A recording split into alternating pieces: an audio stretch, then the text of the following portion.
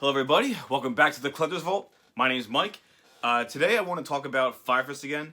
I know probably almost half a year ago I did a discussion on basically how the new Fire Fist cards were going to maybe help bring the deck into like a new era of Yu-Gi-Oh!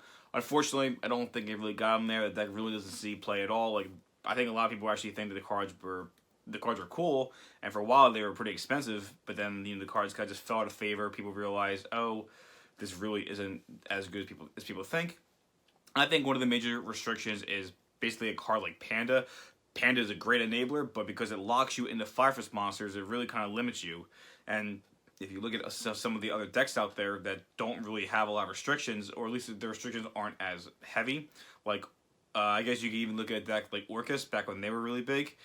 Orcus locked you into Dark monsters, but Dark's one of the best attributes in the game right now, and Panda would actually lock you into only playing Fire Fist monsters. This is the same problem with decks like Noble Knights that can only let you summon Noble Knight monsters, like so on and so forth. Salamangreat obviously used to lock you into only playing fire monsters, but at least they just wanted to do what they did, and then their combo was so consistent and powerful, and it was solid. So like that limitation didn't really hurt you. But in a deck like Fire Fist that doesn't really have that kind of stability, like that restriction is kind of just silly, and that's, I think, ultimately what holds it back. So although I did show combos of how you can make really crazy turn 1 combos, I've come to the conclusion that those combos are just too gimmicky and they're too breakable. Because although yes, you can get an insane amount of card value, you have to realize that now going second is really strong right now because there are cards like Nibiru, which can be hard to counter. There's Evenly Matched, which can just completely wreck an entire Fire Fist field. There's Lightning Storm, and you have to realize that you're only playing one Searchable Negate. You're only playing the one Fire Fist and Shinto, and you can only activate one per turn for some stupid reason. Again, like if that was not another restriction, if that wasn't once per turn and you can set multiples of those, then you can really protect yourself from cards like Dark Ruler No More, Evenly Matched, Lightning Storm. But unfortunately, that's just not the case. So I kind of focused on going back to the other thing that Fire Fist used to be really good at, and that was breaking boards. And although it was a little bit, it was kind of hard to kind of like crack the code, because I was trying to think of like crazy extenders. I was trying to think of like playing too many like cards that you should be playing, and I realized it kind of just comes down to I think I got like the right mix of like non Fire Fist cards that can really support the Fire Fist engine, and that is basically, I think, the Zodiac engine, which I'm going to say right now, and I'm probably going to say it in the deck profile. The Zodiac engine is heavily underestimated right now, and it's only going to get better in Master Rule 5, or whatever you want to call it, and it's also going to get better if we ever get a card like Dryden, or if we get Brawl Bolt off the ban list. I swear, Fire Fist, Luna Lights, even Ancient Warriors, for example, are going to incredibly make a lot of good use out of Barrage. Barrage is going to be an insane card, and it definitely helped this deck out a lot. As well as some of the, like a Pancratops is always a good card when going second. There's an Ancient Warrior Cyber Dragon-like card, or I guess more accurately, there's like an Ancient Warrior Pancratops. He's not as good as Pancratops. I think his name's Loyal Guyan. He's actually a really solid card that I wanted to give a shot, because he is a Beast Warrior, so he can summon himself for free, pop a monster, and then you have a material to make your Eagle. Because that's basically what you want to do, is get Eagle, and then get all of your effects out, all of your effects for free, to then negate and out your opponent's board, and the deck can do that really well. So I do just want to kind of go into some detail, and I'll show you guys the deck profile, and I'll explain how this deck actually did really good at my locals. It made the top 4, and my only real loss was to my phone keeps going off. My loss was to a 6 Samurai player who actually was playing the version that just goes super spammy and crazy, and it summons out that like utopic Zexal guy, which says you can't play the game. And if you don't out that with like a Drone Lockbird or an Ash Blossom, you're kind of like you're out of luck, unless you have a Forbidden Chalice in your side deck or main deck, which I didn't. So, but yeah, this deck can break Shaddoll boards, like Invoked Shaddoll boards. It can break Block BA boards. It can break Dinosaur boards. It's really solid, and I do just want to kind of show you guys, the deck profile, and I hope a lot of people who also like Fire Fist can take a look into this and definitely give it a shot. Although I don't think this deck is actually optimized. There might be some improvements along the way. So, but I do want to show you guys what I have so far. And so, with all that being said, let's go to the table and check it out.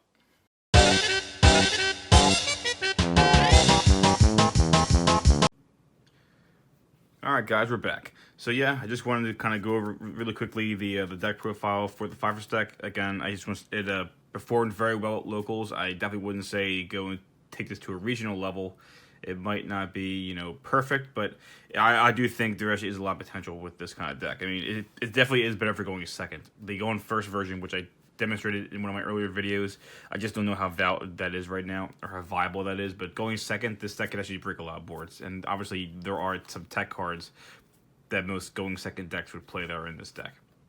So, start off, definitely you have to play 3 Fivers Raven. He's like one of your main starter cards. He's usually part of most of your combos. So 3 Elephant, he's also one of the main starters of the deck. He's just so important. I think you want to see him almost every single turn, whether you're going first or second. He's just that important of a combo enabler. The only other 3 guy I was playing was Dragon, and it's funny because there were times where I actually was siding out one of these guys. He's obviously very good, and he is basically one of the most broken cards in the deck because he's not he is once per turn, but he's not a hard once per turn. So you can loop these guys over and over again with the Eagles effect, which is really good. So, I mean, again, I think 3 is okay, but I was cutting out 1 for 2 many times. For his other 2 ofs, we have 2 Panda. I do think this card can kind of brick a 3, but he is still really good at 2 because you can search 1 for your 1 turn and have another one for backup. So yeah, I think 2 is fine, but I guess 3 is also acceptable. It's a player preference. I went with 2 Roosters. I think Roosters still like insane, and I think 2's perfectly fine. 3's too many, 1's not enough in my opinion. But I'm sure you probably could get away with 1. But since we're doing the go second build, this is just another card that even if you draw it, it's still really good for searching out the fire visions that you need. It combos very well with Elephant too when if you draw them. As far as the 1-ofs, we just play the 1 Bear as the searchable popper. Buffalo, because I feel like if you're playing Eagle, you always play Buffalo. He's just too good not to play. And the 1 Eland, because we are playing the ritual build. Because when you are going for game, this is actually a card you want to summon pretty quickly, so that way you can punch through. Even the Nibiru's, even if your opponent goes first, they might still be able to Nibiru you if you break their board. So you want to try to get this guy out pretty quickly to stop that. And yeah, so that's pretty much all I gotta say about these guys. And some of the optional tech cards I was trying out, because we are playing a go second deck, I do want to try Pankratops, just because Pankratops is just amazing. And pseudo Pankratops was the Ancient Warriors Loyal Guyan, and he's obviously not as good as Pankratops, but he's not bad because he is relatively big. He's a Beast Warrior for 1, which is always nice, and he does kind of just he can just be a nice free Beast Warrior.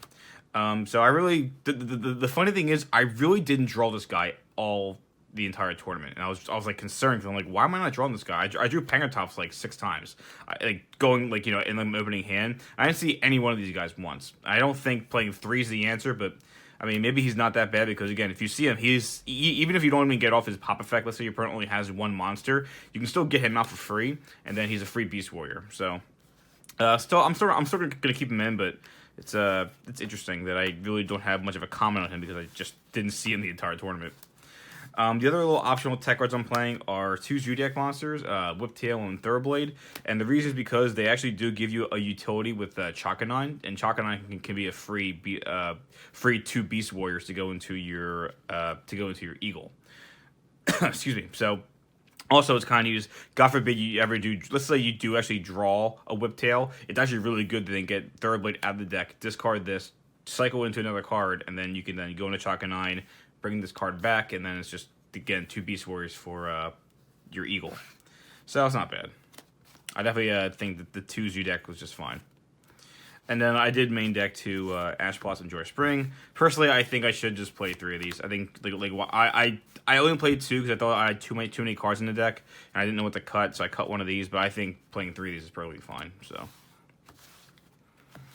Spell-wise, a lot of this is pretty standard. So 3 Tankies hands is, obviously one of the main reasons why you play the deck. The 3 Tensus is just really good. It's just a combo enabler, and it's just another way for you to swarm the field. Oops, can't pick up my cards. The 1 of Fire Formations is 1 Dome, the ritual spell, 1 Ingen, the fusion spell, 1 Yoko, which is actually really good. I really like Yoko because it's searchable and it's a free pop. And so I really can't complain about this. I actually did take out the Gyoku, which is like the face down spell trap stopper, and I took it out for a Fire Fortress. Now this is a card that was much better. It's much better when you play like a dedicated going first build, because this card is just great for generating counters and getting you free cards.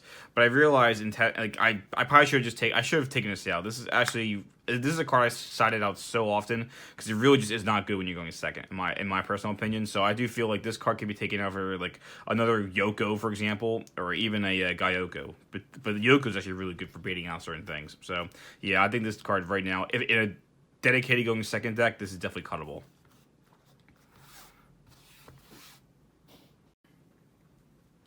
And then the last one was just one of the counter trap, the spell and trap negator, Sinto. And again, this card you would think is probably not good if you're going second, but it's kind of like, let's say you are going for game, and and you break their board, but you didn't quite get there. It's not bad to search this card off your dragon, so that way you do have a follow off next turn, and then then when it comes back to your turn, you can just kill them.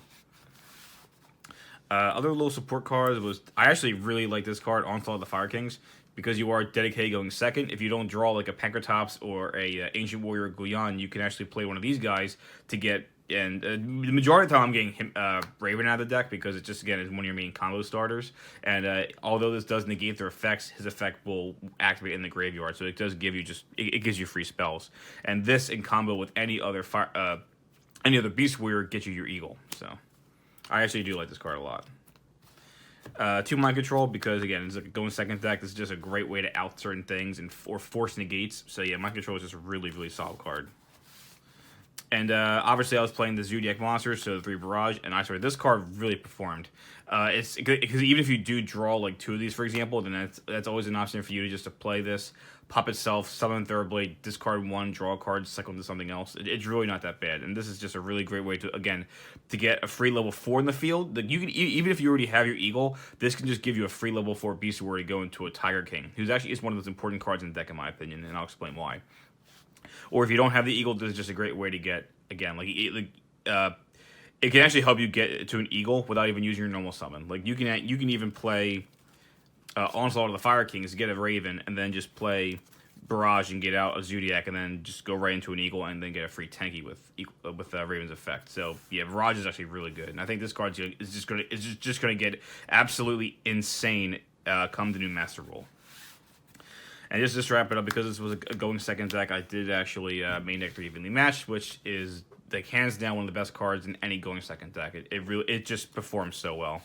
Now, I did not main deck a Nibiru, which is, I will say right now, I should have main decked Nibiru. Maybe if I were to take out some of the cards like the field spell, Leon Peak, I think even just playing like a 1 Nibiru would be better. But I think, yeah, this is definitely a card that I think is like cuttable, but Nibiru would have made a big difference, because I realized even if Nibiru is so powerful, and if you do Nibiru your opponent, then you can just get rid of the token with Bear or something, so it's really not that hard. But anyway, on to the extra deck. So 2 Eagle, and I think 1's not enough, 3's too many, like you'll never summon 3, but this is just so that way in case you, especially if you do go first, you want to make one of them, there's a chance he might die, so then you have a backup plan. But yeah, so 2 is just a perfect number. I was doing the 1 Peacock because I was not... again, stupidly, I took out Borreload, and I think this card is just a worse version of Borreload. The thing is that if you use Panda's effect, you're locked into Fire Fist. So this actually is like a Borreload that you can summon under Panda. But it sucks. I like the card, but it is just... there's way too many restrictions on this card. So there's a chance I might cut it and try Borreload, like, because you can technically try to make Borreload before you use Panda's effect, but I'm still working on that. But for now... the card, I guess the best way to say it is I didn't summon this card. I think I summoned it once, and it just didn't do anything. So, unfortunately, I'm not sure how good Peacock is. As far as that, I really don't play any other Link monsters, because, again, this is just a going second deck, and you kind of get locked into Beast Warriors sometimes. I was thinking about playing some of the Nightmares, but I kind of just decided to take them out. Now, I was playing 2 Tiger King. This card is absolutely incredible when it comes to breaking boards, because let's say you there are times you might not even really need Eagle. I think it's always good to try to get Eagle out in the field first, so that way all of your effects are free, obviously. But then afterwards, if you can go into a Tire King as quickly as possible, it is basically Dark Ruler no more. It just negates everything on the field, and then you can easily break it. So this card came in this card comes in so clutch. It is because not only will negate everything on the field, but then it also on its summon search you it can search you a Yoko, which can then get rid of a threat in the field that's probably too big. And it performs so well. And I actually do want to say that it actually combos really well in tandem with Cardinal. Cardinal was probably one of the best cards I summoned at the entire tournament, because after I negate everything with Tire King, usually I'll have Eagle out, so I can under the one arrow summon Tire King, negate everything, and then summon summon Cardinal, and then just shuffle things back. The one guy had a bunch of Link monsters, including an Avramax that also was made with a IP Masquerena. So obviously it's really hard to kill, but then you summon Tire King, negate its effects, and then you just use Cardinal and shuffle everything back. And it's absolutely insane. This card, it just performs so well. I would highly recommend not cutting him. This is a card I didn't summon once. I think it's neat because you can always again, if you don't kill your opponent, and it can add you an Ash back to your hand, or it can add you an Elephant back to your hand just for a follow up play. So I didn't summon it, but I think it's still a card worth playing. And I did play the one Fire Fist Fusion. It's funny. This card is so fair that it bothers me, because there's really nothing about him that's broken, but he's so good when it comes up, and I feel like he's also not bad because he is technically a super poly target if you ever are playing against something more like Lunalights, because I think Lunalights is kind of a popular deck. Odds are you're not going to play against another Fire Fist deck unless this deck somehow takes off, or Ancient Warriors if ever they take off. This card actually is good because it is just a good way to help punch for game, so I do like him a lot. It kind of gives, because the fusion spell is good in general, even for its effect to add cards back to your hand. So I feel like, why would you not want to play this guy? He's just a nice little big beater. And in the side deck, we were playing Super Poly, so I actually wanted to use some Super Poly targets, and I thought this is just good for breaking some of those combo link boards. And Shadows were really popular at my locals, so I thought, let me just put these guys in just to help out some of those boards. Against Shaddoll Invoked, this is actually a really good Super Poly card, because if they have the level 4 Dark Invoked, I forget his name, and a Winda, you can just use those guys to summon your own Winda, and then just maybe you can just link this away, or just I guess technically if you wanted to really combo off, you can always just pop this with Barrage, And Contract's another good card in case they have maybe Invoked Makaba with a Shadow monster. You can just get this guy just to out any of those boards. So unfortunately, I actually didn't have to use them all day, but that was the theory. And then just some tech cards is the Mirage. This card just really is a good way to get Raven off the field and start some of your combos. Chakanon was the only Zodiac XYZ I was playing. I was considering playing maybe some other ones, but they're just not good. I will say this right now. Like I said, Barrage is going to be insane, kind of the new Master Rule. And if I don't think they're going to give us Trident, but I think we might get Broad Bull first. Or actually, I could be wrong. Maybe we'll get Broad Bull and we won't get Trident. Or we might get Trident and we won't get Broad Bull, because Broad Bull I think is better just because it gives you that free search and it puts a card in the graveyard turn 1, so that way you can just get your Chakanon plays going. So I don't know, but it's something to look forward to. And the one Dweller as well is just a really good rank 4 you can go into, even if you are forced to go first, and you don't have to use your Panda effect. This is actually a really good card just to stop a lot of the other decks out there. So I think Drell is a really good rank 4. And I did play one Ultimate Falcon because I'm side decking Awaken a Dragon. So. And then just kind of show you guys what I did for the side deck. Again, this is a side deck that I made based on my locals. So, just bear in mind. So we have 3 Drawn Lockbird. This card is not just good against Spiral, it's good against a lot of decks. It's actually good because you can side this going first or second. So really solid card. Call by the Grave was one of the few cards. A lot of the side deck was for in case I had to go first, because I do think that my deck is actually solid as it is for going second. So in case let's say I win my first game and I'm then forced to go, I assume I'm going to be going first because my opponent's going to make me go first. I'll side in 2 Call by the Graves to help me at least do my first turn combo. The same can be said for Dimensional Barrier. If I'm forced to go first, this card's really solid right now. It stops, like, because again, in my locals, there's a lot of Cyber Dragon players, a lot of Shadow players, and I just feel this card's really good at stopping those decks. Typhoon was actually a card I wanted to. I didn't want to put in Twin Twister because I think there are some Altergeist players in my locals, and I was worried like if they're playing cards like Hidden Village of Spellcasters or anything, even just any kind of like Pendulum deck, because like I think there are some Pendulum players. This is just a really good way to just disrupt those combos, and it's a trap, so it gets around anything that negates spells. And the two Wicked Dragons, this is just in case, because people are playing like, you know, a lot of back row removal, Lightning Storms. This is just a good little way to punish that. And finally, the 3 Super Polys, I didn't use them all day, but I kind of think this is still a really good card to side deck, because it'll come up. I didn't really feel the need to buy Lightning Storms because I'm not really going to like regionals or YCSs, because I'm just so busy right now with work and everything else, and me and my fiance are looking for a house, you know, whatever. I really felt like if I'm only going to be playing at locals, there's really no point for me to spend like the several $100s on like play sets of like the cards like Pilot Extravagance or Lightning Storms. I really am just trying to be like more, like, I just didn't feel the need to spend the money. But I would say in a deck like this, if you have Lightning Storms, play them, and I would main deck them. It's just a really good card. So, but yeah, that's it for now. Just wanted to say that the deck, you know, performed really well. I definitely would make some changes. Again, if you have Lightning Storms and cards like that, play them. And I would definitely say that Nibiru is a great card to main deck and or side. It would, you know, it doesn't really matter. But the deck could definitely perform in today's meta. I don't think it's tier 1 or anything, but I just wanted to kind of prove to people that the deck actually is really strong, and a going second build actually is better right now. So I hope you guys like this deck profile, and I'm going to actually show you guys some of like the combos you can do, maybe. Kind of just showing like how some of these cards interact and how you can generate a lot of advantage when going for game. So maybe I'll show that in another video. I hope you guys enjoyed the deck profile, and yeah, so I'll see you guys next time. Take it easy.